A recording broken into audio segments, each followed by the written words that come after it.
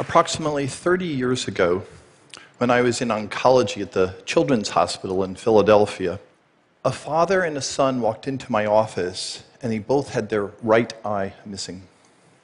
And as I took the history, it became apparent that the father and the son had a rare form of inherited eye tumor, retinoblastoma, and the father knew that he had passed that fate on to his son. That moment changed my life. It propelled me to go on and to co-lead a team that discovered the first cancer susceptibility gene. And in the intervening decades since then, there has been literally a seismic shift in our understanding of what goes on, what genetic variations are sitting behind various diseases. In fact, for thousands of human traits, a molecular basis that's known for that. And for thousands of people, every day, there's information that they gain about the risk of going on to get this disease or that disease. At the same time, if you ask, has that impacted the efficiency, how we've been able to develop drugs, the answer is not really.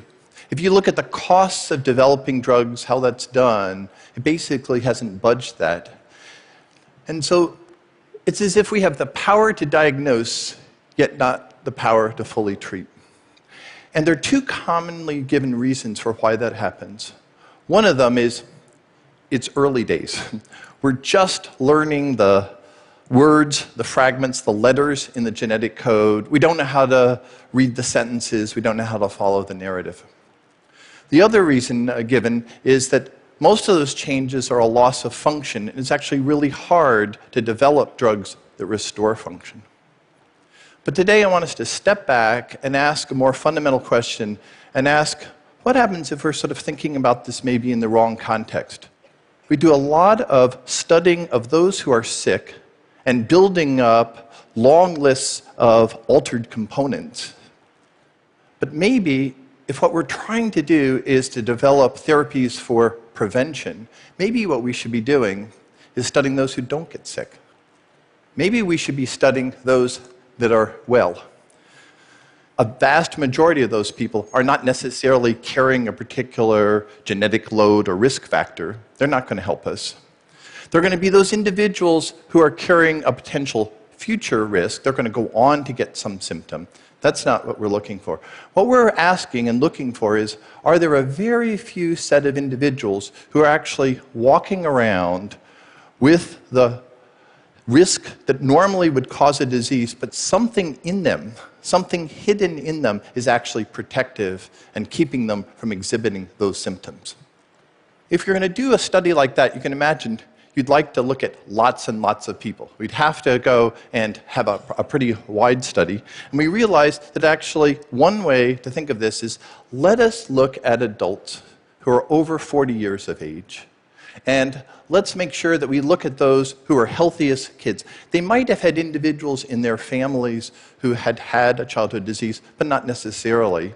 And let's go and then screen those to find those who are carrying genes for childhood diseases.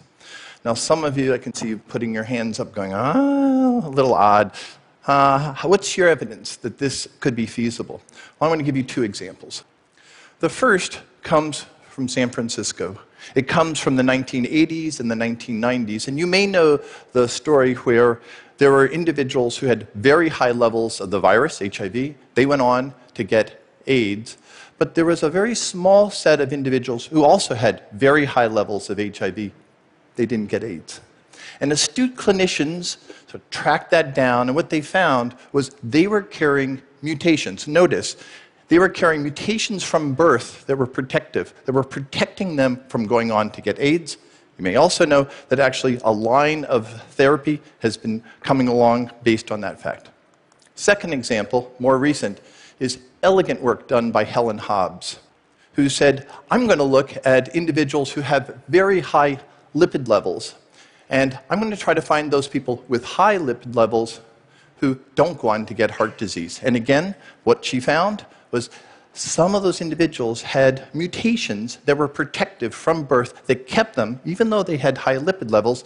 And you can see this is an interesting way of thinking about how you could develop preventive therapies.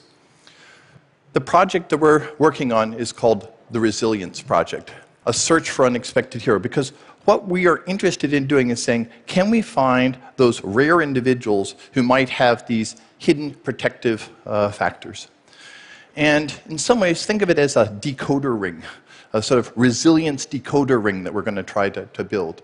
And we've realized that we should do this in a systematic way. So we've said, let's take every single childhood inherited disease, let's take them all, and let's pull them back a little bit by those that are known to have severe symptoms, where the parents, the child, those around them would know that they'd gotten sick. And let's go ahead and then frame them again by those parts of the genes where we know that there is a particular alteration that is known to be highly penetrant to cause that disease. Where are we going to look? Well, we could look locally. That makes sense. But we began to think, maybe we should look all over the world.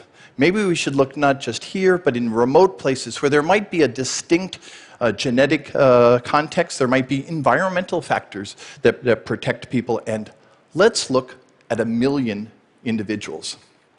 Now, the reason why we think it's a good time to do that now is in the last couple of years, there's been a remarkable plummeting in the cost to do this type of analysis, this type of data generation, to where it actually costs less to do the data generation and analysis than it does to do the sample processing and the collection.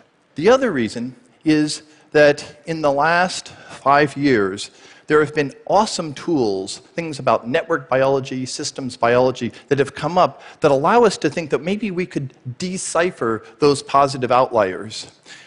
And as we went around talking to researchers and institutions and telling them about our story, something happened. They started saying, this is interesting. I would be glad to join your effort. I'd be willing to participate.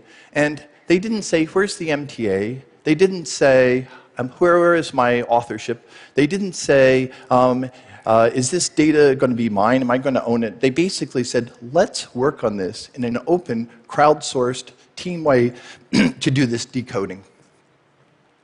6 months ago, we locked down the screening key for this decoder. My co-lead, a brilliant scientist, Eric Schott at the Icahn Mount Sinai School of Medicine in New York, and his team locked in that decoder key ring, and we began looking for samples. Because what we realized is maybe we could just go and look at some existing samples to get some sense of feasibility. Maybe we could take 2-3% of the project on and see if it was there. And so we started asking people such as Hauken at the Children's Hospital of Philadelphia. We asked Leif up in Finland. We talked to Ann Wojcicki at 23andMe and Wang Jun at BGI. And again, something remarkable happened. They said, not only do we have samples, but often we've analyzed them, and we would be glad to go into our anonymized samples and see if we could find those that you're looking for. And instead of being 20 or 30,000, last month we passed 500,000 samples that we've already analyzed. So you must be going, did you find any unexpected heroes? And the answer is we didn't find 1 or 2. We found dozens of these strong candidate unexpected heroes. So we think that the time is now to launch the beta phase of this project and to actually start getting prospective individuals. Basically, all we need is information. We need a swab of DNA and a willingness to say, what's inside me? I'm willing to be recontacted. Most of us spend our lives, when it comes to health and disease, acting as if we're voyeurs. We delegate the responsibility for the understanding of our disease, for the treatment of our disease, to anointed experts. In order for us to get this project to work, we need individuals to step up in a different role and to be engaged.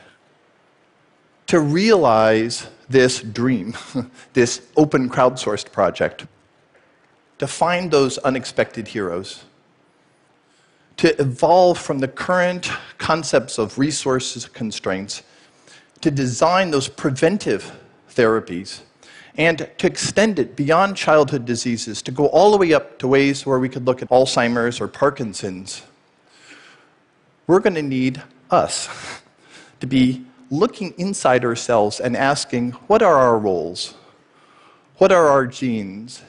And looking within ourselves for information. We used to say we should go to the outside, to experts, and to be willing to share that with others.